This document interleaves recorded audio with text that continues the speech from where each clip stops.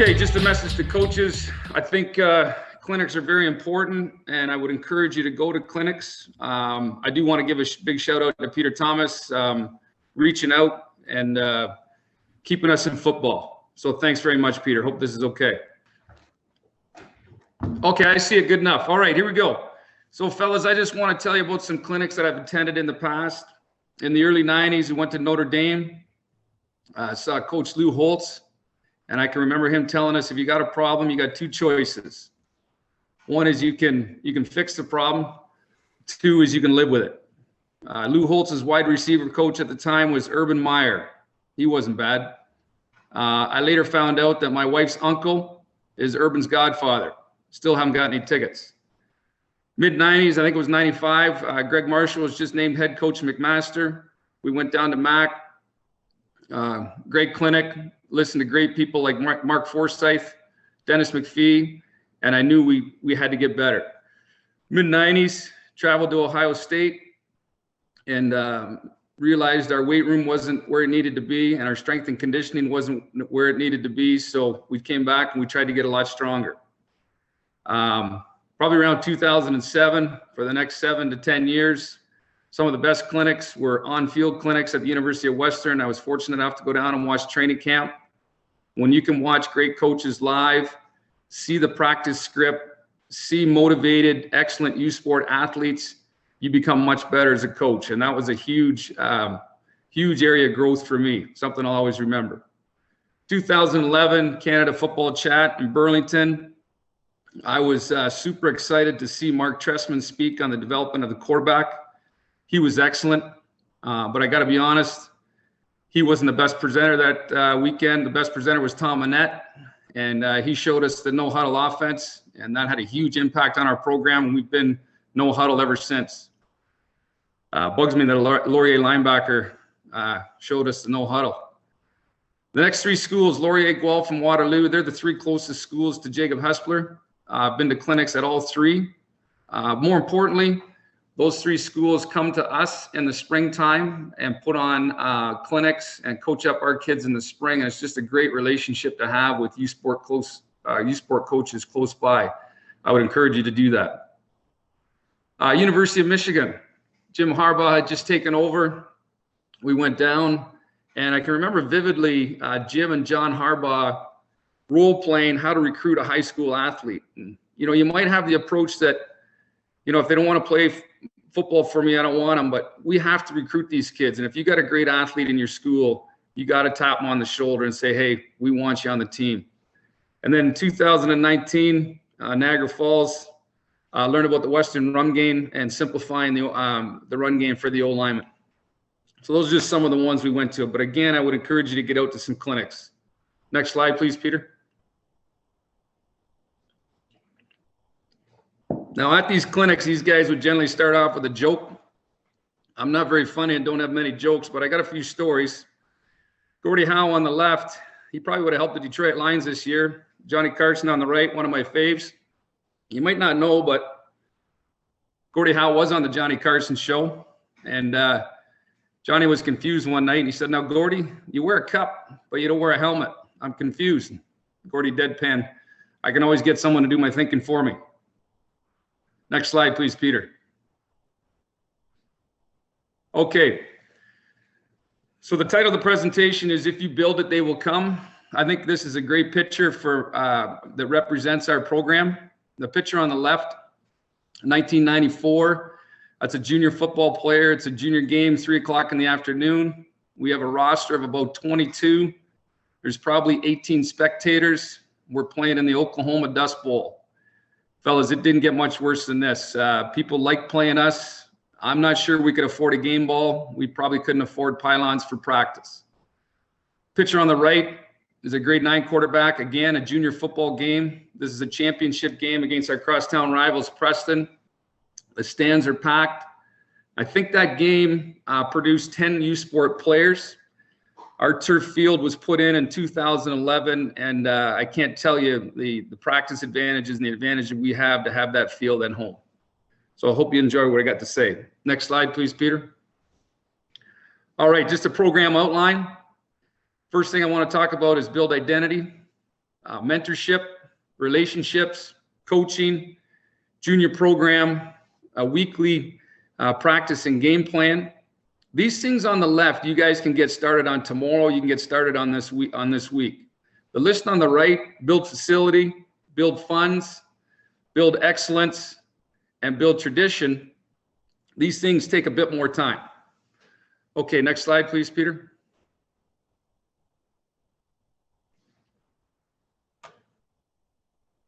Okay, so the scenario is tomorrow is your first day at a new school, and I want to know what you'll start to build. I'm curious to hear Coach Cercelli speak after me. He went to a program at Windsor, and he changed the identity pretty quickly. And I think as a high school, you should have an identity for your program, and you should be known for that identity. It's unique because I think year to year, each team takes on its own identity. But for us, the list is pretty short. We want to work harder than anyone else. We want to play physical. We can never be out physical. And that comes from practice structure, and same with the work ethic comes from the coaches. We want to play fast. I find speed incredibly intimidating. We encourage our guys to run track. 2 of our coaches are track coaches. And as coaches and as players, we want to hold each other accountable. And that's a big part of our identity. Hespeler's a blue-collar town, and we take pride in working hard. Next slide, please, Peter. Okay, mentorship. How often do you quote your high school coach or former university coach? And guys, right now during COVID, I considered making this the whole PowerPoint presentation, to be honest, but I just think it's been tough on our kids, and I think it's so important, right? It's important for us to have mentors ourselves, still to be able to check in. I know I lean on my guys quite a bit. I think as high school coaches and teachers, we need to be mentors all day. You got to ask yourself, in the morning, are you in class early, and do you greet students as they arrive, or do you show up late, 5 minutes late with a Tim Hortons cup in hand? We need to be, these kids need us to be mentors, and we need to be mentors all day. And we're fortunate they get to see us, in a different light. I think you need to create mentorship within your program. This is pretty easy to do. Off-season lifts. You can pair your senior players with your younger players. Make sure it's obviously your leaders. And we try to come together as a program, our junior team and our senior team on the field. There's lots of times, and we'll even have senior players speak to junior players. There's lots of times you can build in mentorship. And I think we got to realize that as a head football coach in the community, you are visible. People know who you are, and the community trusts us, with to me, the ultimate job, the high school football coach. Next, please, Peter. Okay, relationships. Golden rule, it's not rocket science. I think for sure we have to treat others as we want to be treated.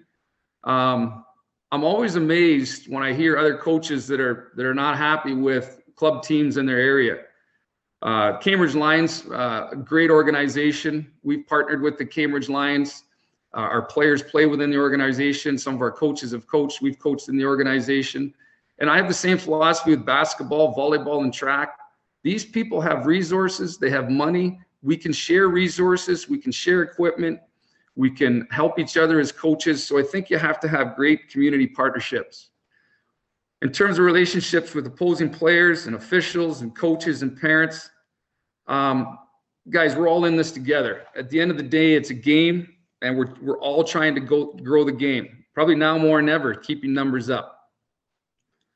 What is your relationship, with your principal or athletic director for U Sport guys, your faculty, your teaching staff? It's pretty hard to ask the principal for funds, or maybe, hey, can you hire this guy? He's going to be a great football coach, if you aren't leading staff initiatives or aren't visible with professional development. So I think you need to take a look at that. Relationship with U Sport coaches. I think it's great that Peter's provided this format, but guys, high school guys, realize we have the assets. We have the players. Maybe don't call them the night before the Yates Cup, but in their downtime, reach out. I'll give you an example, and Steve talked about it before. Maybe the next Jacob Hespeler quarterback's not a pure thrower, but an athlete. Well, Chris Bertoyer over at Waterloo, he's got Trey Ford. you know, I'm very fortunate. I can call up Coach Bertoya and say, hey, can you show me 2 or 3 things that you do with Trey? And then it's up to me, you know, to implement that and have that evolve from there. But really help these guys. These guys are the pros. Next, please, Peter. Okay, coaching staff. I have the same philosophy as a phys ed department head as I do a senior football coach, and that is hire the best and let them coach, let them teach. Right? You know, I go back to, I'm going to refer to that picture on the left a lot. That picture on the left, there was a coaching staff of maybe 2, but now's not, I mean, you can't recruit high school coaches in late August. It's pretty tough to find guys, you know, to be on the field from 2:15 to 5:30, September, October, and November. I think you have to have, expectations must be clear, have similar values, must communicate often. As a staff, you have to have a common goal. I think it's our role as senior coaches on the staff to provide development to our staff. The coaches there are just great friends and have just been a great part of the Jacob Hespeler football, what's been going on the last few years, and I just want to recognize them. Next slide, please, Peter. Junior program. You know, I think junior football, I feel bad for boards and for schools that no longer have junior football. I think it's just a great thing. I think it's great for our kids coming into high school to be able to start off playing junior football. I know on our board, Coach Mark Badansky, Rich Payne, Matt Yeaman, these guys have coached both junior and senior the same day, the same season. These guys are champions for, you know, keeping football going at their schools. At our school, you know, we're fortunate. It's not us and them, it's we. We're one big program. We have the same scheme. We have the same language. We have the same philosophy. You know, that first picture of the 94 and 2012, you know, we went from having 22 on the roster. Now on the field, we have about 100, you know, usually about 60 on the junior team and 40 on the senior team. So that's huge. We try to, as a program, come together often. I feel it's important that senior coaches are present at junior games, so junior players, you know, can see that. And I think it's important, if you have junior and senior football, to let your junior players develop, let them become leaders. Try not to bring them up in grade 10 and let them have success. Good, Peter. Okay, weekly practice plan. We try to create, you know, every situation, try to put our players in the worst situation and see how they react.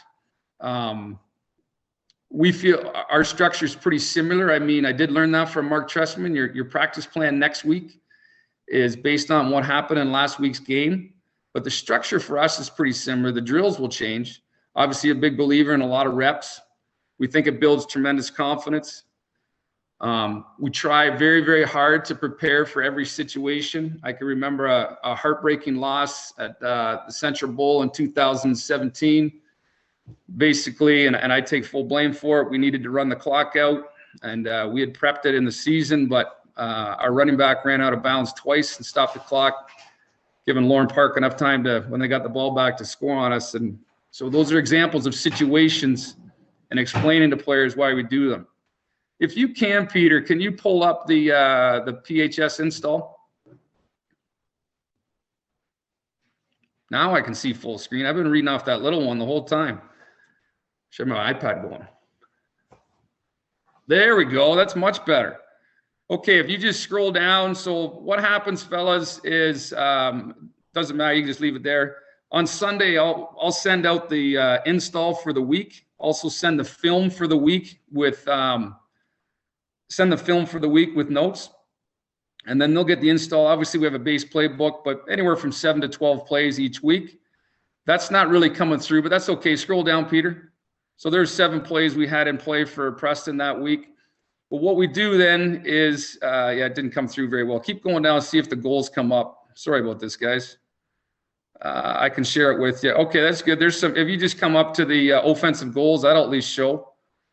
So there's some, we had 10 goals for that week. Obviously, we wanted 0 turnovers, 0 missed signals, 0 drop catchable balls. We wanted to vary the snap count, punt 2 or less times. We want to be perfect on short yardage. Again, physically dominate, 100% in the red zone. Thought there was no penalties that stop drives. So what we do with that is, okay, scroll up to the script. And then on the last thing they get in there is, scroll back down to PHS script. These guys know on Sunday, the first 10 plays. So the first 10 plays are in place, and Coach Steve was talking about language. I'm big on one-word plays, so we can go as fast as possible. And we meet on Monday at lunch and go over this, usually with some film. And then the first session at practice on Monday after school is, if you want to go to that practice script, PHS Prep 1.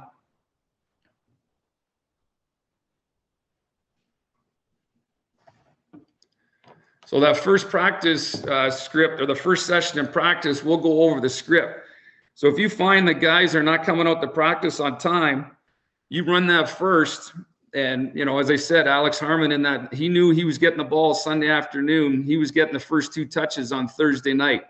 And then we'll run that script. And honestly, after that 15-minute session, those guys know the script. And then every period through the rest of the week, whether it's inside run, skelly, or team, we run that script in that order because we want to get going as fast as we can. And that's been a lot of success for us. Okay, next slide. Back to the slideshow, Peter. Sorry about that.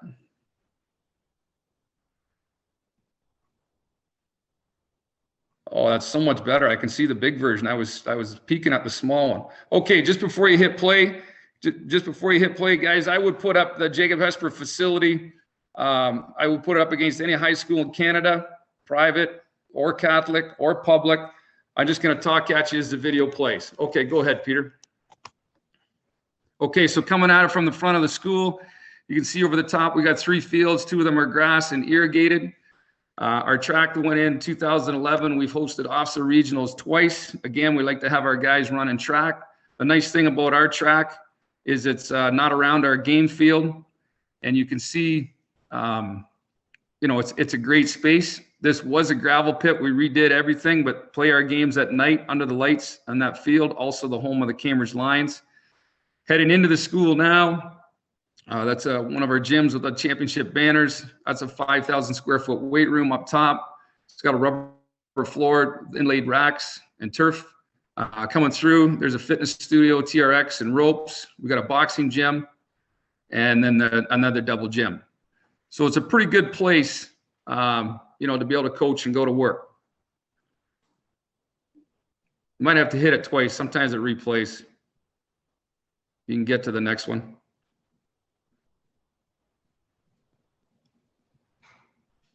There we go.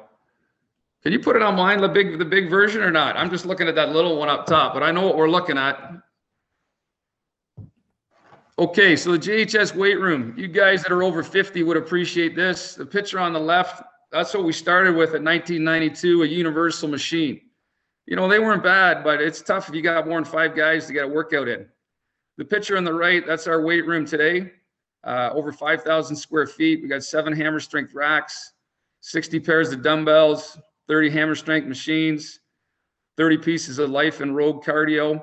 It's just, the turf has been huge. It's just a great space, you know, to build identity and build culture. Next slide, please. Again, if you can make it big on mine, but I think, there we go. Okay, so Jacob Hespeler fundraising. Guys, this isn't fun. I mean, really, it's an FU word, but your fundraising must be ongoing.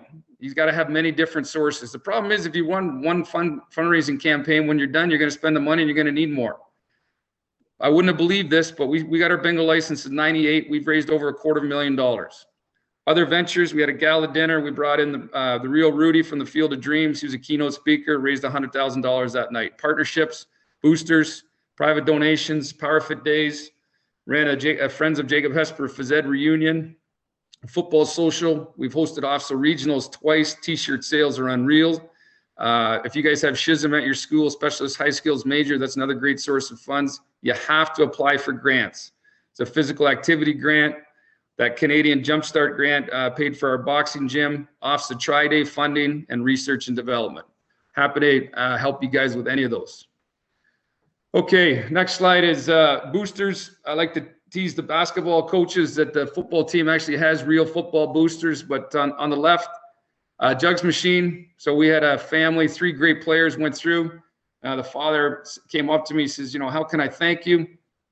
I said, well, we couldn't field a punt to save our lives this year. What do you think about a jugs machine? So he purchased a jugs machine. We use it almost every night, certainly any period for receivers and our special team circuits. Just a great piece to have.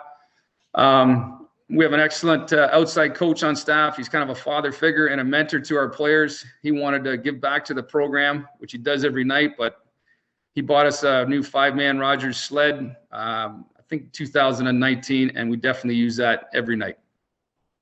Next one, please, Peter. Okay, excellence and standards. Another thing I learned from Lou Holtz is you want to make membership to your club difficult. We know there's guys that just want the jersey, but you want the expectations to be high. You want the standards to be high. And we need to, communicate these standards, communicate the expectations. We're big fans of multi-sport athletes. We want our guys playing basketball, and we want our guys running track. We've even, we're totally fine with junior C and AAA hockey players. We want them all to play. We have our players and parents sign a code of conduct. Again, membership's not easy. But the one thing I hope I can show you in the next couple slides is we really try to celebrate excellence and accomplishments. Next slide, please, Peter. Any chance you can give me the bigger version? I just see the little one. Yeah, I'm not sure. It's fine. It's fine. I can go from that. Okay, so here's one of our record boards. Honestly, guys, if I had known the impact this would have had on our players, I would have done it 10 years ago. You can see at the top, we established that in 2018. And that's a grade 10 board. And that's not exclusive to football. That's just our Power Fit courses. But 98% of those records are held by football players. If you can see the top name there, it's Alex Harmon. Just talking about recruiting. This is a kid in the first week of grade 10, didn't play football in grade 9, and I was his teacher, and I saw him, I timed his 40 and measured his vertical jump, and I said to him, Alex, I'd like you to go out for practice after school today. And he said, okay, sir, I will. So he went out to practice, and the junior football coach, I hope he's listening, he's a genius. He made him an O-lineman. Next year, we made him a running back, and the last year he played, he won the Doug Shue Award as the MVP of our league. There should be one more like that. You might have to click. Just, you know what? Just go on the slide. I'll read it off the slide. It's not as good, but all right. Sorry.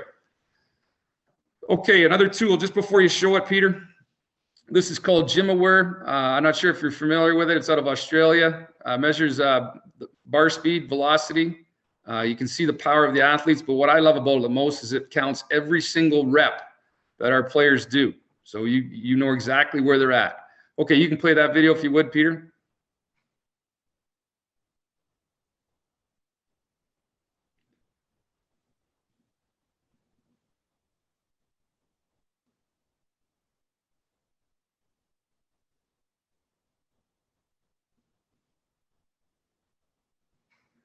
Okay, so cool thing about Josh Gilpin, he is currently with the Canadian national bobsled team, and he just went out there in August, and they say he's got a very, very strong chance of representing Canada at the 2022 Olympics. We're really proud of him. Next slide, please, Peter.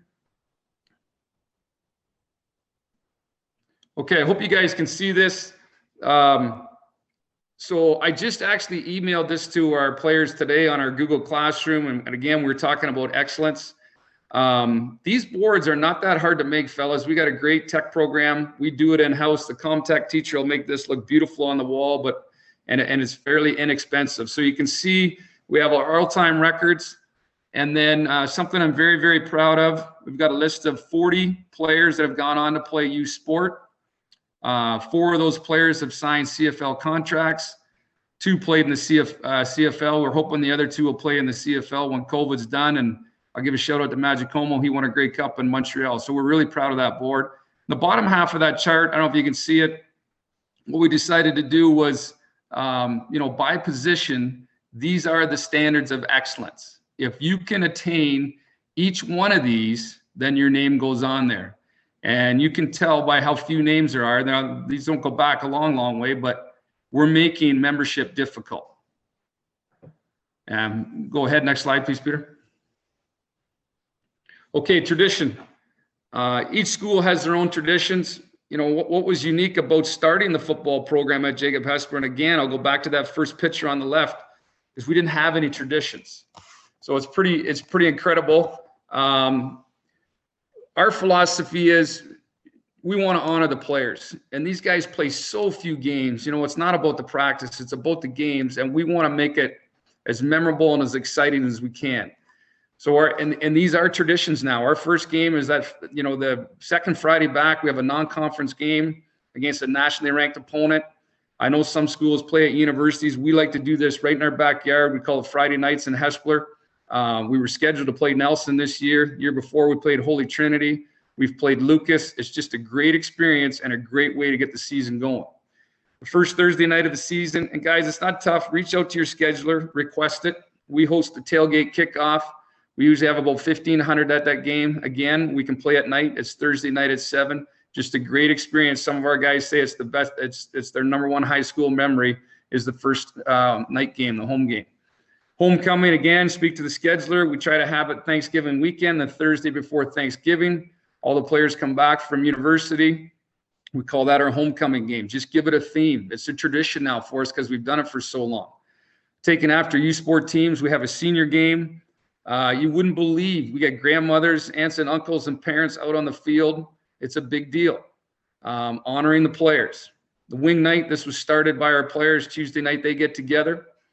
Night before the games, you can see the tree and the plaque. A great friend and a great coach at Jacob Hespeler passed away, so we built this for him, and this is where we gather the night before a game and talk about our game plan and our opponent for tomorrow. Former coach was a firefighter. He gave us a firefighter helmet. It's a tradition after each game.